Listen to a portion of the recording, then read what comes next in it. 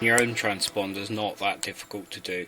As long as you know how to use a soldering iron, you can get the specialist size batteries, and you can get rid of the potting compound in the right place within the transponder. It's not too difficult to do.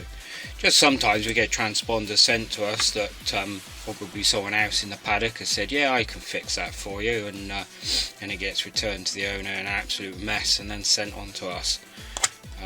This is one like it. They're not supposed to look like that inside.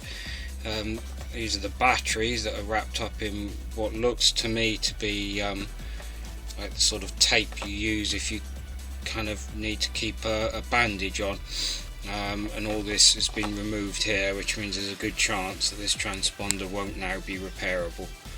I will give it a go. Anyway, if you're not confident what to do when you to repair a transponder, best bet, send it to us and we'll do a proper job for you and guarantee it for 6 months.